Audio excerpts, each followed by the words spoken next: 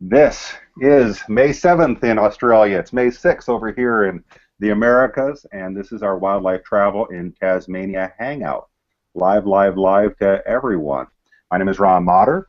I'm the host of Planeta.com and the award-winning 20-year-old website focusing on ecotourism, ecoturismo around the world, and talking to some very good friends and colleagues in Australia, both in Tasmania and in Victoria. So welcome to you both. Welcome. Thank you. Hi. Let's do two quick introductions. Janine, can you start, and then we'll get Tonia to tell us about Tasmania. Yeah. Hi. I'm Janine Duffy from Echidna Walkabout Nature Tours, and we run wildlife tours around mostly southeastern Australia, and work closely with other wildlife operators like Tonia down in Bruny Island, Tasmania, and we see some fantastic stuff. Kangaroos, koalas, cockatoos, you know, amazing, and wombats when we're lucky. So yeah, great to be here, Ron. Thank you so much for this opportunity. Oh, thank you. And Tonia, can you introduce yourself? Yes, hi, I'm Tonia Cochran and I live on Bruny Island at the bottom of Tasmania. I own a wildlife tourism business, known Janine for 25 odd years, been in business for a long time, and we live on a lovely little island at the bottom of the world here at Inala. We run Australia-wide tours and focus on bird watching and nature-based tours with biologists, specialist biologists as guides. And thank you, Ron, for inviting me to come along today. Really appreciate it. Oh, pleasure, pleasure. Can you paint a picture of the ecosystems and what sort of weather you're having this week? Yeah, sure. Look, Bruny Island is about 65 kilometres or 35 odd miles long. It's a funny shaped island and it's a little microcosm of Tasmania. So it's got a bit of rainforest, it's got beautiful coastal scenery, wetlands, you name it. It's alpine areas. It's just got an amazing amount of variety of ecosystems and an amazing variety of species. We've got 12 species of birds that are found nowhere else in the world in Tasmania, and all of those occur on Bruny. We've got all sorts of neat things like quolls, which are a relative of the Tasmanian devil, and lots of wallabies and possums and things. It's got a moderate sort of climate. Mostly today is not so good. It's a bit rainy today, but look, our summers are sort of maybe about in the 70s, 25 degrees or so in the 70s during the summer, and in winter, you know, a cold winter's day would be in the 50s. It's probably about 50 odd degrees Fahrenheit now. Oh, okay, beautiful. We're seeing the map, the Google map. Thank you, Janine, showing us where you are. How does one get to the island? It's accessible by a vehicle ferry. So the ferry ride only takes 15 minutes, and you just hop on the ferry with your car or whatever, and you can come across and see us that way. So you go. It's south of Hobart. Hobart is the capital city of Tasmania, and it's about 45 minutes drive from the city of Hobart to the ferry terminal. Beautiful, beautiful. You both have been working in this field for so many years. How has wildlife travel changed in the past 20 years? Go, Tonia. Janine? Oh, sorry. I could say that people are much more asking for in the wild experiences. We very rarely get the question, can we cuddle that koala anymore? Which, to be honest, is such a relief because we're not into cuddling koalas, certainly not wild ones. But what's exciting about that is that people are valuing the animals in the wild, in their natural habitat, much more than they were 25 years ago, which is what we were hoping. Beautiful. I would agree with that, with Janine's statement there. It's very much people want to see things in the wild, and they also want to see wild places. You know, a lot of our clients come from cities, and it's just wonderful to be able to take them into areas that that are still relatively untouched, and be able to see things that are still you know, still doing their stuff, and not you know, just not in cages, not being cuddled and things like that, you know. So it's a great privilege to be able to do that. Beautiful. What's happening now? I know the situation is a little bit dicey for you. Can you explain what's happening to you? Yes, well, until recently, everything was going really well. You know, the business was going really well. We've developed some really wonderful stuff here on Bruny, and I've put a lot of work into the infrastructure on my little property, which is 500 acres on Bruny Island. I just want to mention that my property is a conservation covenanted property, so 500 acres of pretty untouched forest on the whole, with a small part of forest, a small part of pasture that was cleared about 100 years ago by the early settlers. So until recently, all was going well, until I received a notice from Forestry Tasmania to say that they were going to clear a logging coupe right next door to me, adjacent to my property. And that's of great concern to me, because you know, it's got a lot of wildlife values on that coupe, and it's going to really severely impact on my business here on Bruny. Now, can you explain what a coupe is? Okay, a coupe is an area of land that's designated by Forestry Tasmania to clear fall. And clear fall means starting at one end and cutting down all the trees in an area. Now, this coupe, the total size of it would be, you know, in excess of 100 acres, and I've had meetings with them, and they've decided to leave a bit of it that it doesn't have very good timber on it, but they're still wanting to clear about probably about 30 hectares. So what would that'd be still about 70 acres or so, and totally clear fall it. And Tonia, in that area, there are 2 endangered species nesting, aren't there? There are, yes. One of them is the grey goshawk. We have a white colour morph of grey goshawk, and I'll just see. I'll show you a picture. Oh, you've got one? Oh, here he is. Now, I should share this, huh? Hold on. Have you got that, Ron? We see it. And the previous one is a stunning image. You got him flying? We see him, or her. Oh. Good on you. Yeah. Go ahead, Tonia. He just flicked on and off. That picture was actually taken on my property. I've spent the last 4 years developing a raptor viewing area on my property, and it started from taking. We unfortunately get a lot of road-killed wildlife on the road, so I've started taking them off the road and putting them in my property so that the raptors don't become roadkill themselves when they're feeding on these carcasses, because it's an easy meal for raptors to be feeding on the dead bodies of wallabies and things. So I started this 4 years ago, and this year we've developed, yes, there's another, this is the wedge-tailed eagle, another endangered subspecies here in Tasmania, taken from the raptor viewing area. So these birds are coming in, feeding on the carcasses of these poor animals that get killed by cars.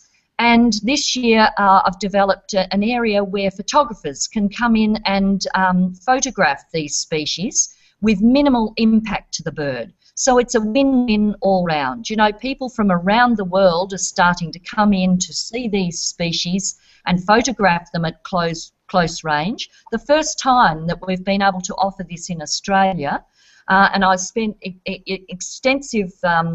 I've travelled extensively around the world to look at similar viewing areas. So we're really excited about this, and forestry are going to log next door where these raptors are nesting and perching before they come into our property. So it's just absolutely heartbreaking after 4 years of work for them to even consider this. Oh, it's insane, Tonia. I cannot believe the way Tasmania will promote itself as pristine and then do this to you. Yeah, it does seem to be really crazy. The other thing is the swift parrot, another endangered species of that we have here, and in fact, there's a recommendation that it be upgraded or downgraded, however you see it, to be critically endangered. Now, there's 2 known nests on that coop. We have 10 known nests on my next door property. I think with a little bit of looking that there's probably going to be more swift parrot nests. Now, the thing is, forestry are obliged to have a zone around these nest sites, both for the swift parrot and the grey goshawk. But the problem is with things like swift parrot, they've isolated little areas around. So if they clear this area and then burn it, there's no way that they can protect those nests. They've admitted it themselves to me that it would be with great difficulty that they would be able to protect these nests. And that's not even accounting for the disturbance. So raptors, you know, it's taken me 4 years for these raptors to come in and be at peace enough to come in and feed on my property. So logging activities which involved, you know, a clear falling of the surrounding area, they're just not going to cope with that at all. And, you know, Bruni's had a history of logging in the past, so they've got not very many places to go. And this is what worries me, you know, that where else are they going to nest? Where else are they going to go? And in the meantime, it's wrecking all the opportunities for me and my clients to be able to show these amazing species at close range, minimal disturbance. It just doesn't make sense. So, what is your recommendation? What would you like people to be doing? Is there a place where criticisms or questions can be posted to Forestry Tasmania? Well, in the first instance, I mean, we've tried with Forestry Tasmania, and we just get a thank you very much. Your concerns are being considered, or something like that.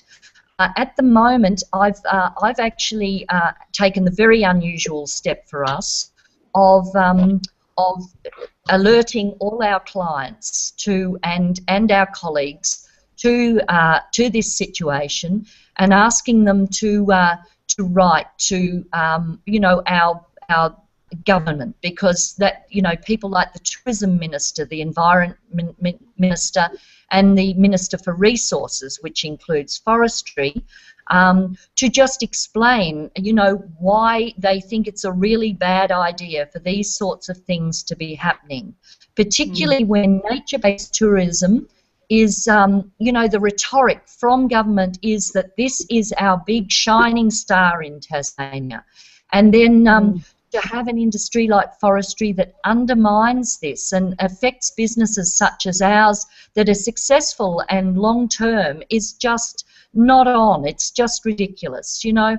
And a lot of our clients feel like that they're taking it really personally too. So, you know, that's the only thing that we can think of to hopefully make our government see that this is not a good idea, and it's not being seen by people from around the world as a really good thing to do. Beautiful. Well said. And Ron, can I add to that? Please. That in Australia, a lot of people in the country areas don't see Australia the way you do. They don't see that going to somewhere like Bruny Island to see wallabies is worth flying for 24 hours to get there, you know? Now, in the travel industry, we know that is what Australia's about, you know? And that's why we're calling on international support here, because Australians don't realise.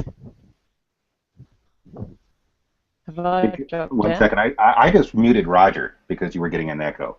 It was shocking. And Roger, we'll come back to you. Janine, you were showing some sort of a document, and yes. Can you tell us what that is? And later on, can you add a link to our event page? Yes, I'll share that with you again. This is from Tonia, and it's a list of emails that people can send to send a letter to people who matter, talking about the importance of wildlife tourism to Australia and the importance of Tonia and Bruny Island. Can you see that clearly? We see that clearly. So yes. Will Hodgman, the Premier of Tasmania, needs to hear from us.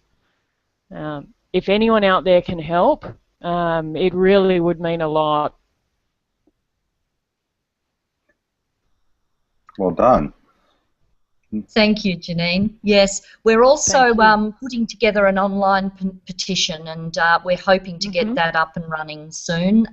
If anyone has any other ideas that we can, help, or make the government see how important this is, in terms of, the future of Tasmania. Tourism is a big part of what we do. So, it'd just be really great to be able to have that, for people to let them know and reinforce that. Yeah. Talking to you folks from across the Pacific, I think, one of the things that I'm seeing, or not seeing, I should say, is the information about wildlife tourism in Australia. And either as a promotion or as the hard data reports, economic impact analysis that show us really where wildlife tourism stands. And either something out there already exists, you have the researchers and people doing studies, and we can track some of this and pay attention to it, or we can submit it to some of the researchers and saying, this is what needs to occur. If there is a business case for wildlife tourism, then the case needs to be made with some statistics. Now, the trouble that I see is that often people tend to overinflate the figures until they're at such a point in which they really realistically be kept. But we're really starting from zero when it comes from figuring out what this sector is contributing to the economy. Beyond that, then we have the other matter of ecologically and socially responsible business. What is this offering to the community? And you're talking about sustainable projects and sustainable growth. Again, those are important issues, and if we can outline those, I think that's truly important. My final note is that last year Australia got into some trouble, Tasmania in particular, at the UNESCO World Heritage meeting last year for trying to delist some of its properties in Tasmania. Now is not the time to add one more story of environmental neglect on Australia's reputation. I'm only laughing because if I don't laugh, I will cry, Ron. Really. It's very hard over here at the moment. Isn't it, Tonia? Yeah, no, look, I agree. It's just, it just seems to be one thing after another in the last 12 months, and it's really quite distressing because we mostly deal with overseas clients, and you know, we see it from their perspective, and it's not a good look. It really, really isn't. Can I say something here? Roger, can you introduce yourself?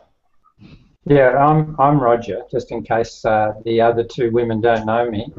And, but both of these ladies are very dear to my heart, Ron.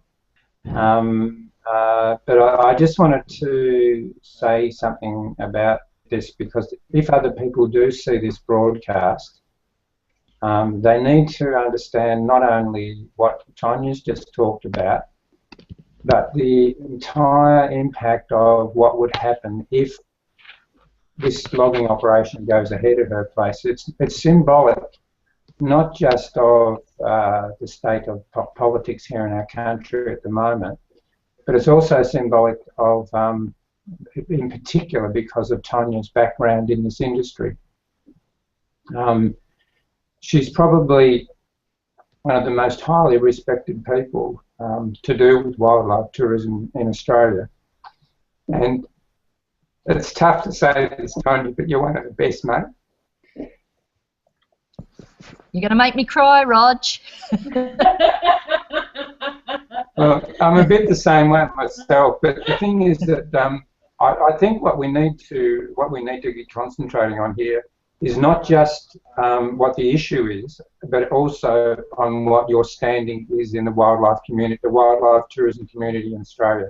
And I suppose that's really what I wanted to say, is that the Premier of the state, the Prime Minister in the country needs to be aware of the facts, and that is that wildlife tourism is one of the fastest growing tourism segments in Australia. It's what people want to see when they come here. This has been identified by very good research since 2009, that one of the main reasons people come to Australia is because of our wildlife. And just because of a very small logging curve, and it is small on a national scale, but it's dramatic in the impact it will have on you. And I think what we should do is see this as a positive thing. We can actually, if we could take this and make it one of the key issues in our country at the moment to do with tourism in Australia, hopefully we will get the support of both the state tourism body, which, you know, we're not too sure about that because unfortunately Will Hodgmans is actually the head of that. But if we can get the support of the national tourism body, that could help bring about change. And look, I hope that that great backdrop,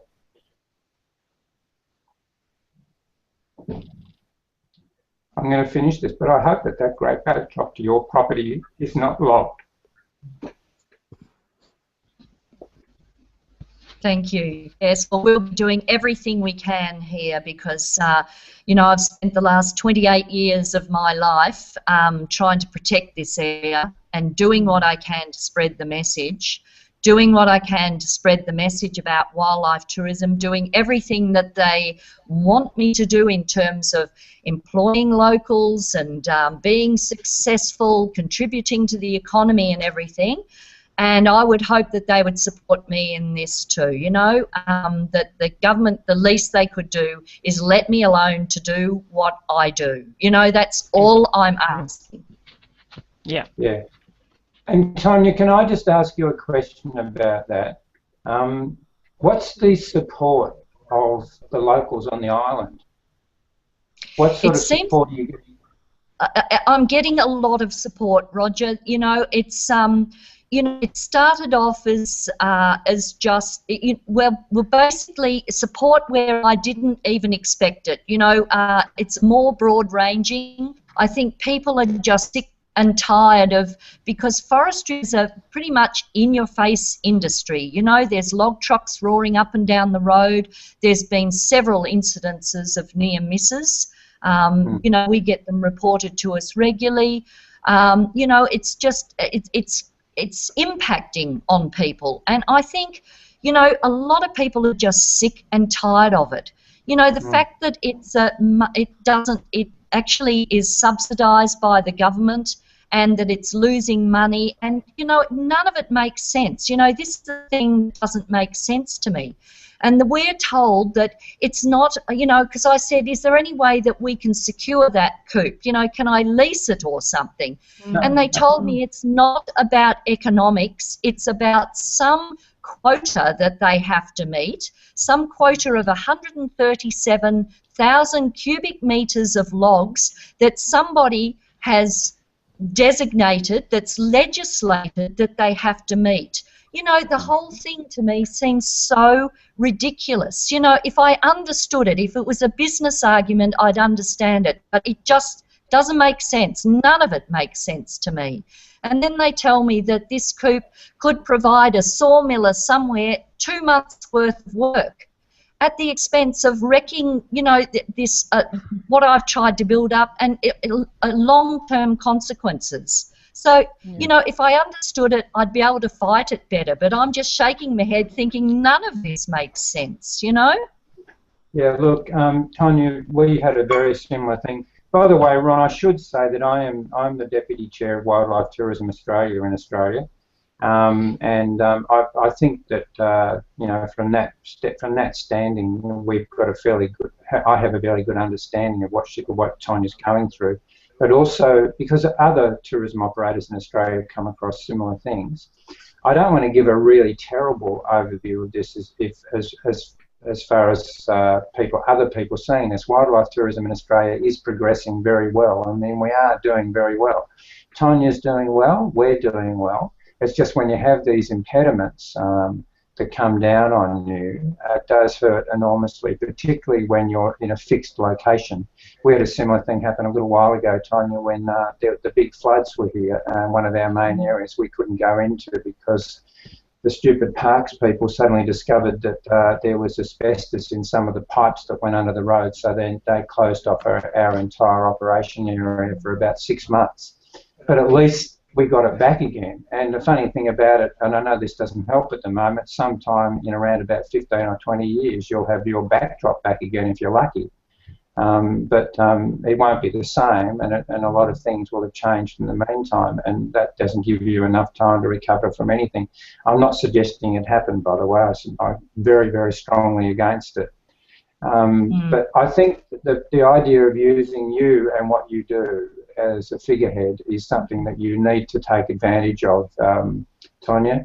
You're a person who keeps yourself to yourself in regards to politics, but having spent a lot of times in politics and moving governments in the past, I think it is time that this not only become a national but an international issue.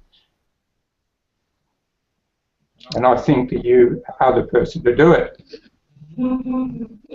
Well, I certainly have the passion, and I'm certainly not going to give up. You know, I've got the stubborn streak in me, and it's just a matter of principle and fairness, apart from anything else. You know, it's just not fair, and it's just not right, and I won't go away, and I will be here fighting this, and the more that I get resistance in the form of, you know, just I can't even get meetings with ministers at the moment. They just don't want to know.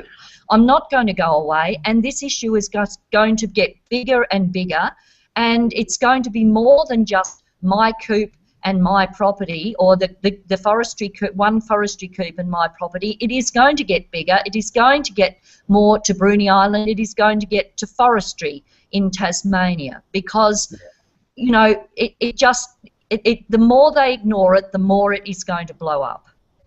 Yeah. Ron, I've created a hashtag on Twitter, support Inala Tas, all one word. Don't know if I can put it on the screen, can I? If people are into Twitter. You can please try to share your Twitter screen. I can share my Twitter screen. Hold on give me a second. She's pretty cool, Tonia. Okay, and Forestry Tasmania have been doing these, which they won't like. Just sorry, mate. Give me a second, and I'll just take your time. Get this. Yeah. There we go.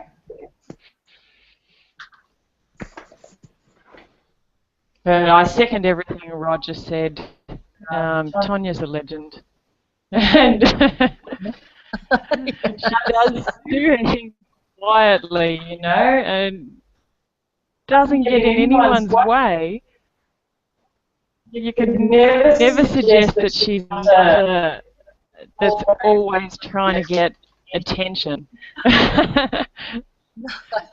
No, I try to avoid it like the plague, to be honest. I've disappeared down on my little island at the bottom of the world, and I thought that I was going to be left in peace there, but it's still not happening. No. Yeah. Hey, Roger, if you can, please mute your microphone. And Can I what? when Janine's talking, make sure you mute yourself. Yeah. If you can. All right, and we're seeing Janine's screen, hopefully. Let's see. Yeah. Yeah, support Inala Taz. Mm-hmm. Okay.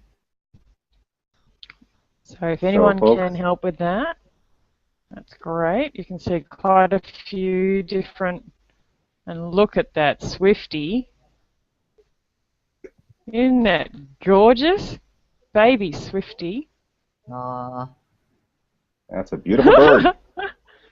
Isn't he? Yeah, stunning. So we just can't afford to lose these.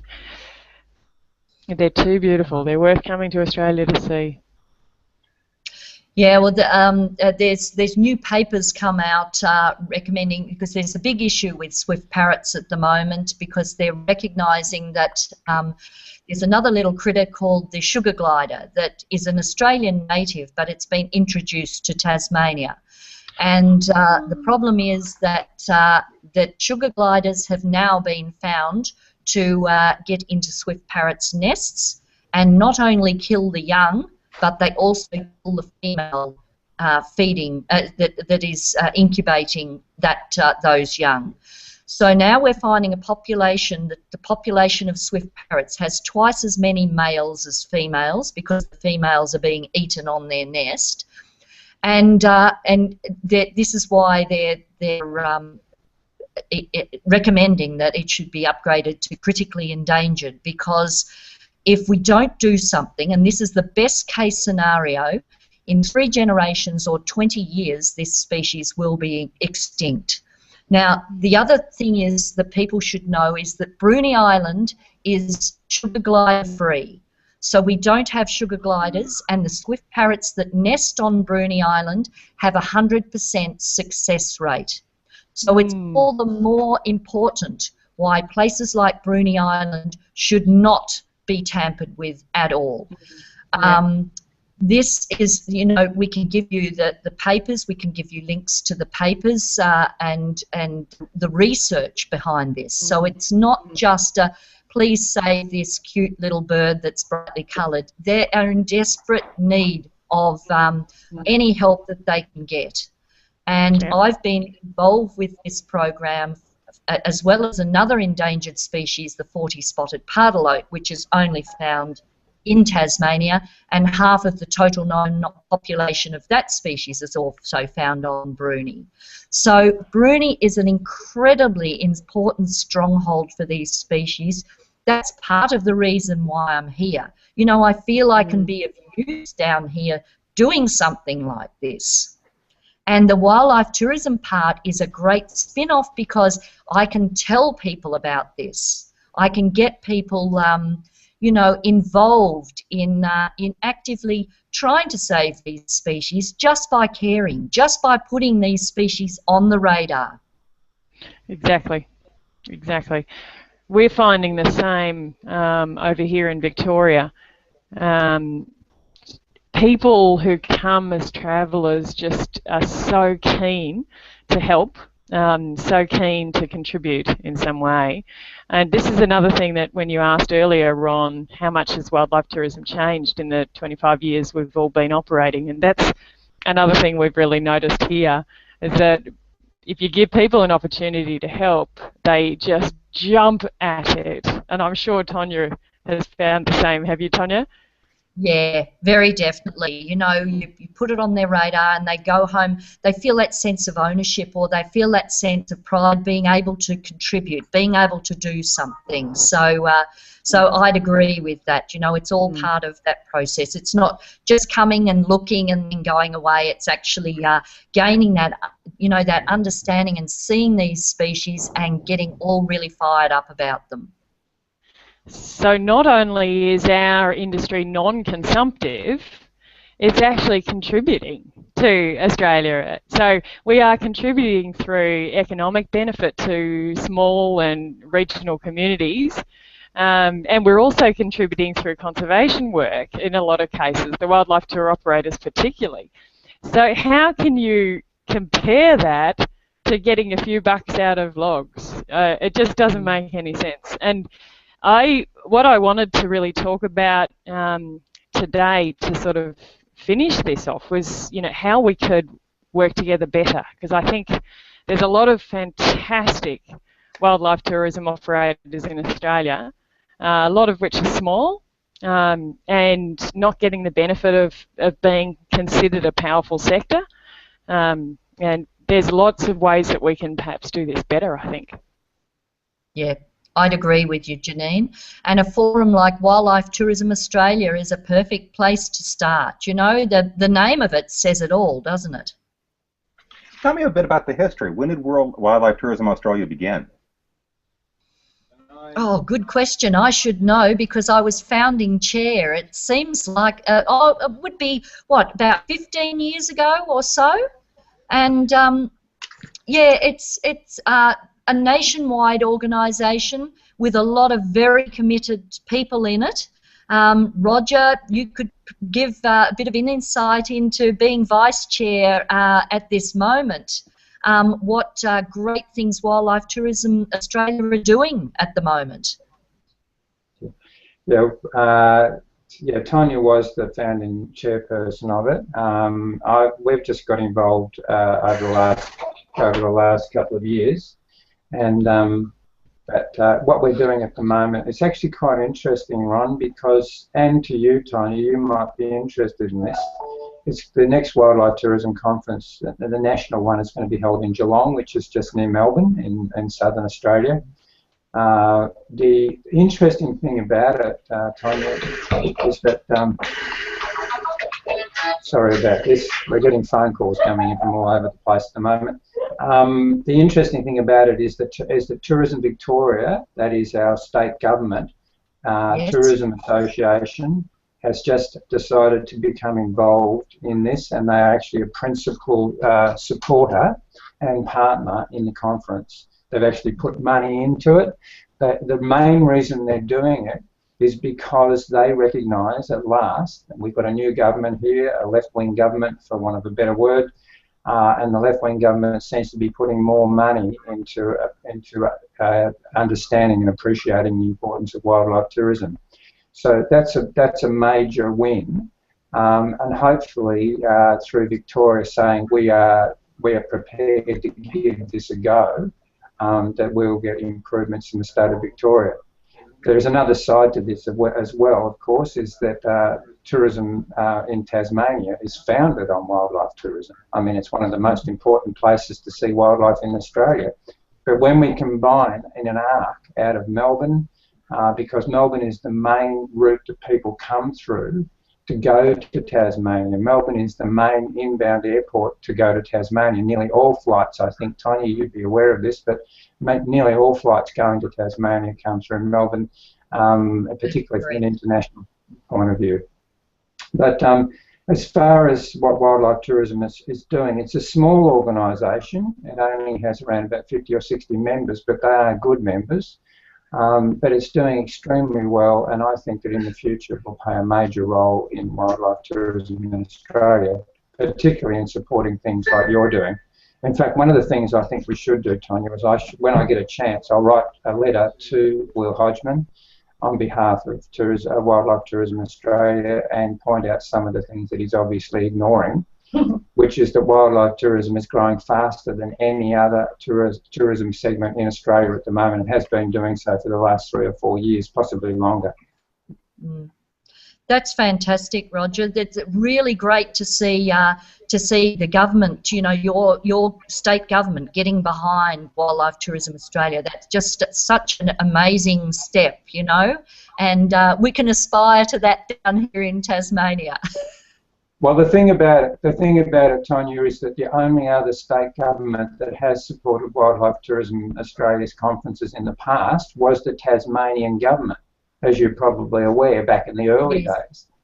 All other state governments have ignored the conferences, but it's interesting. I think that Tourism Victoria, as a major tourism representative, our state tourism authority, it's extremely significant that it actually is. It wants to be the principal supporter. By the way, the Minister for Tourism is going to open the conference. Isn't that incredible? 9 o'clock on the 30th of September. He'll be there talking to hopefully 150 or 200 people. Cross fingers. Hey, all right, just to confirm the date, so that's September 30th to October 2nd? 29? It actually, just so you know, Ron, it actually starts on the 29th. The welcome is on the 29th in the evening, but the conference starts on the 30th and goes to the 2nd of October. So hopefully we'll get Tonia there too. Maybe either on video or in reality. I'm working on it. I really am. Yeah, it'd be great to be over there again, and yeah, it'd be really good to be part of it. Now, Ron, can I just ask you something in regards to what we're talking about? And Tonia and a number of other people will be interested in this. It's a very interesting anecdote. We have koala conservation days our business does these for locals about once or twice a month. And an interesting thing came out just recently. One of the ladies who was on the day, she was a local, she was from Australia, well, from Victoria. And one of the interesting things that came out of it is that she said, how do you fund these days? And we said, well, it's actually supported by our business, by contributions and by support from people who go on our tours. And she said, oh, that's nice. Who goes on your tours? And we said it's 100% internationals. And she said she was absolutely stunned. She said, do you mean that koala conservation in this area is being funded by internationals and not by locals? And we said yes. Now, Ron, I can see you smiling. You can appreciate how ridiculous this is. And I've used this as a preface to you, is that we, Tonia and other people like us, are getting support from international visitors. Any of your links through this video or any other way who can actually write to the Minister of, to the Premier of the state of Tasmania will add enormous impact to anything that we do at Wildlife Tourism Australia, because it reinforces what we're going to say to them. Now, I know you're not going to be able to change the world by yourself, Ron, but any internationals who can participate. Don't you see it's on my shoulder? I'm Don't holding it. underestimate this man. Come on. What do you want to change today? We'll do it. in all seriousness, you know, I'm very pleased and honored to have been in touch with Wildlife Tourism Australia for a few years. I have a friendship and communication with Rhonda Green now for some 20 years online. So I've been, you know, paying attention on the fringes of this, and there is certainly all enthusiasm on my part to be supportive of this work, of the communication, of getting this message out, of really truly protecting, you know, the wildlife conservation, of really truly protecting the parks and protected areas, and making sure that we have the information at hand that really promotes the responsible wildlife tourism operators. Because again, on this side of the Pacific, frankly, it's still very difficult to plan your trip across that big ocean. And Australia, in many ways, is like other countries in the sense that the bureaucrats tend to pigeonhole people and put them into little silos. Well, you are a wildlife traveler. or you are a city traveler, or you are a culture traveler, or you are a foodie. And the fact is that when people travel anywhere, you know, we wear a number of hats and we want different experiences. But the experience that we really want the most as responsible travelers is the option of being able to return and seeing the culture or seeing the habitat in as good or better condition. If we're going to come back and see your denuded hillside, you know, that's kind of a downer for everybody. If we see that what you have done has these incredible local benefits, then again, I think that's a reason to return to a place. The whole idea of, you know, whether it's international or domestic travelers, you know, all of this stuff is in transition. And, you know, talking to Janine, you know, last week, the fact is that we're kind of slow on the go of adapting to this new traveler. You know, so that we're offering tours that were offered 10 or 15 years ago and then saying, hey, where is everybody? And if we position ourselves as catering to the people who are, you know, interested in our culture, interested in our environment, interested with other species, then I think we can really make a go of it. I mean, that's where, you know, I'm here in Las Vegas, so I'm going to, you know, put all of my chips on that one. You know, that's the best bet of them all. Well, can I suggest, Roger, can you mute your thing? Yeah. Can I suggest that a lot of the wildlife tourism operators in Australia are small businesses and are very adaptive to, in fact, you know, leading the way with what clients are wanting. But Ron's right, the wider tourism industry isn't particularly adaptive. It's a bit slow, and that's because a lot of them are big companies. You know, they're just not able to move as quickly as small companies like us. So if people are interested in travel that does cater to their needs, that does have, you know, a focus on the future, the best thing they can do is look at small businesses. And wildlife businesses in Australia, I know, are all founded on passion, which is why you could see a few tears here earlier. And we've just had a bit of bad news, actually, which is why I disappeared for a while. One of our koalas has just died. And I know Tonia would feel this too, but she was in care with one of our researchers, and we don't know why she's died. And once again, with these animals, we just don't know enough about, you know, what causes them to go into decline. She was a breeding female last year, so that means she was healthy. She was super healthy last year, and now she's gone. She died overnight, you know. She just, we were doing everything. We were contacting people all over Australia to find out what to do with her. But the thing that's good about that, you know, this is not all negative, is that if you come to Australia and travel with a wildlife tourism operator, someone like who's a member of WTA, you'll be going out with someone with that sort of passion, you know, and who is there for you, you know, and who is there and is adapting to future trends and stuff. So look around, go to TripAdvisor, look for the little guys, you know, and you'll find fantastic people like members. Beautiful. I so feel for you, Janine, because we do wildlife care here too, where we get inundated with little creatures here. You know, most of the mammals here are marsupials, which means the mum carries them in their pouch.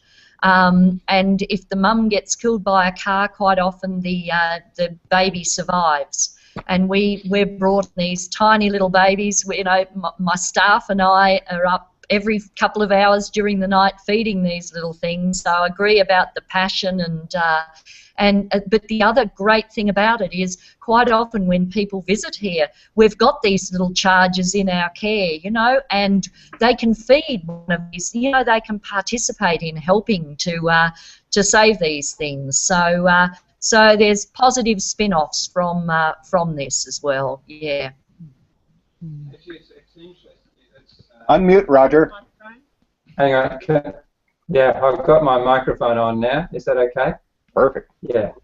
I've got to turn my microphone off, Tonia, every time Janine's talking, and then I forget to put it back on again. Because I think next time we do this, I'll be in another room. But it's just while I'm looking at you two there, while I'm looking at you and Janine, I think, Tony, there might be a great opportunity for you and Janine to link up in regards to the problem you've got over there. I mean, Janine's very good on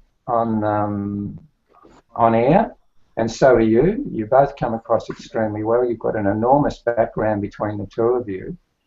And I think it's the sort of thing, as a united team, to sort of get this message through to the Tasmanian government.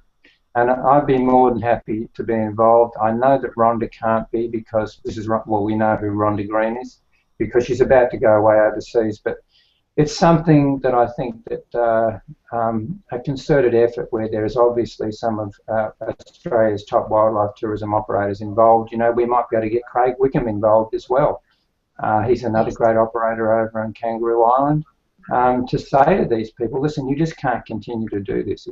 I mean, I'm beyond emotion the way I'm talking at the moment, because I feel that it's like you, Tonia, it's utterly ridiculous. It makes absolutely no sense at all. It's completely irrational.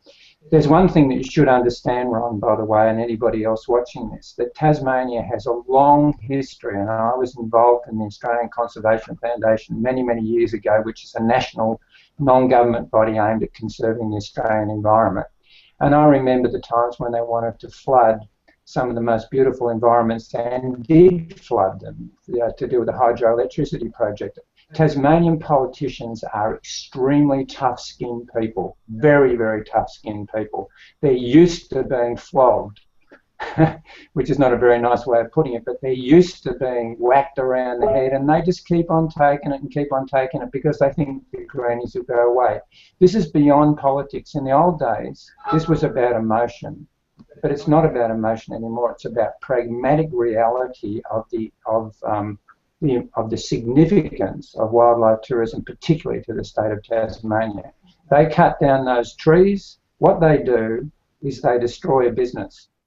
It's as simple as that. A business that is not just important to the people of Inala and the people who work at Inala, not just to the people of Bruny Island, and Inala brings very large numbers of people to Bruny Island. I know, I've been there. But not just to that, but to tourism in Tasmania and to tourism in Australia. Now, we can put a case like that, Tonia. Do you agree with me? Yes. Sorry, Roger, I was just going to say, I think it would be also good coming from people outside Tasmania, because we can't seem to get the message across. They won't even take any notice of me. I haven't won any awards or anything like that. I keep to myself. I do what I do. So they don't listen to me. So coming from outside is probably the way in which maybe the message will get across. Yeah. Look, I agree with you, and that goes back to what I just said to the wider world at the moment, is that Tasmanian politicians are very tough-skinned. To give you some idea, the rest of the world that I'm talking to, back in the past, the federal government flew an F-18 fighter over an area that was being destroyed in Tasmania so that they could actually see what was going on, because the Tasmanian government wouldn't allow them to go in there and have a look at it. It was one of the most incredible things that a government has ever done. Can you imagine, Ron, the federal government flying over, a middle state community in the United States to check out the environmental situation in that area because they weren't allowed to go in there as a federal agency to have a look? So that's the sort of thing that Tonia's up against. These people are thick-skinned, they're tough. They come from a very tough background politically. But I think this time, because of the successes in the past, we've got a much greater ability to have a success, Tonia. I really do.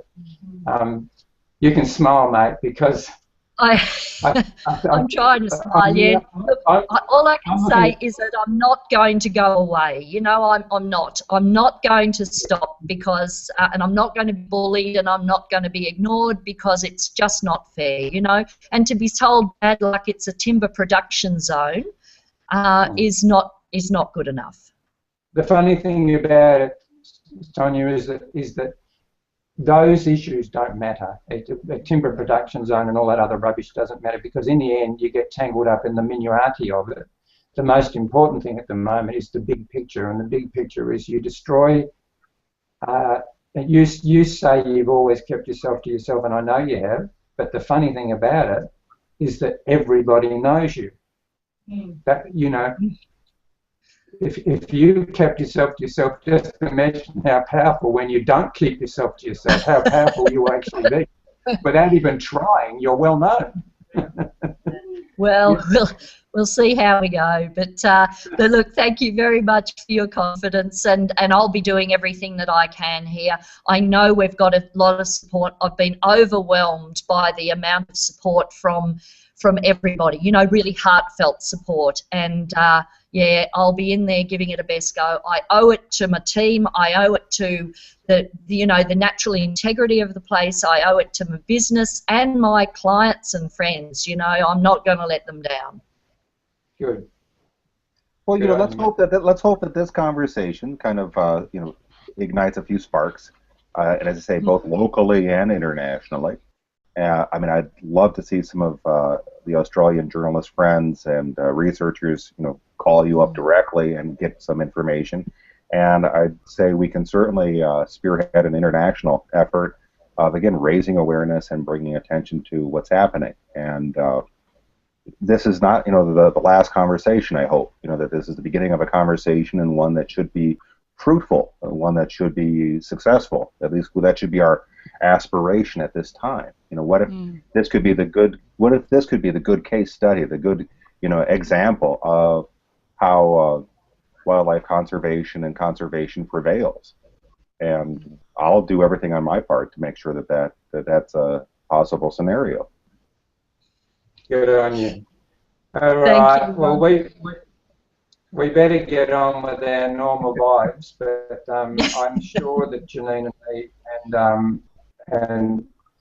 and Tonia will be chatting again.